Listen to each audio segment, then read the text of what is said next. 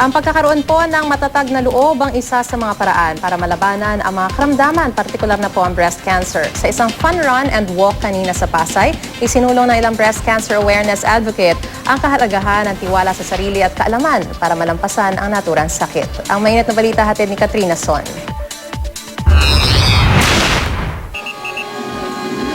Pagpapalaganap ng kaalaman tungkol sa breast cancer, pagsaludo sa mga cancer survivor at pagbibigay ng tulong.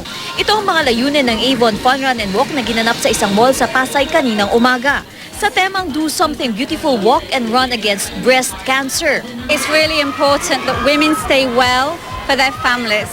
And I think when women go through cancer and have breast cancer, it's really important that we look for research and again building that awareness so we can identify breast cancer early.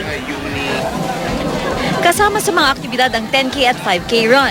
Isang programa rin na ginanap na pinangunahan ng unang hirit anchors na sina Lin Ching, Love Anuver, Luan D at Tony Pet. Dito, sabay-sabay na nagsayawan at nag-ehersisyo ang mga kalahok. Bilang pagtatapos naman sa aktibidad, isang fun walk ang ginanap na dinaluhan naman ng mga kapuso actress na sina Solen Heussaff, Chris Bernal, Rich Asuncion, pati na ng mga kapuso actors na sina Alden Richards at Mike Tan. Siyempre, malaking bagay ito dahil malaki yung matutulong natin sa mga breast cancer patients. Parang tayo yung motivation nila na mas maging matibay pa sila. Exact, to show support to the people that are going through this disease and also to give support for the newly found diseases. Tapos, syempre naman, with this walk, they'll help people get free treatment.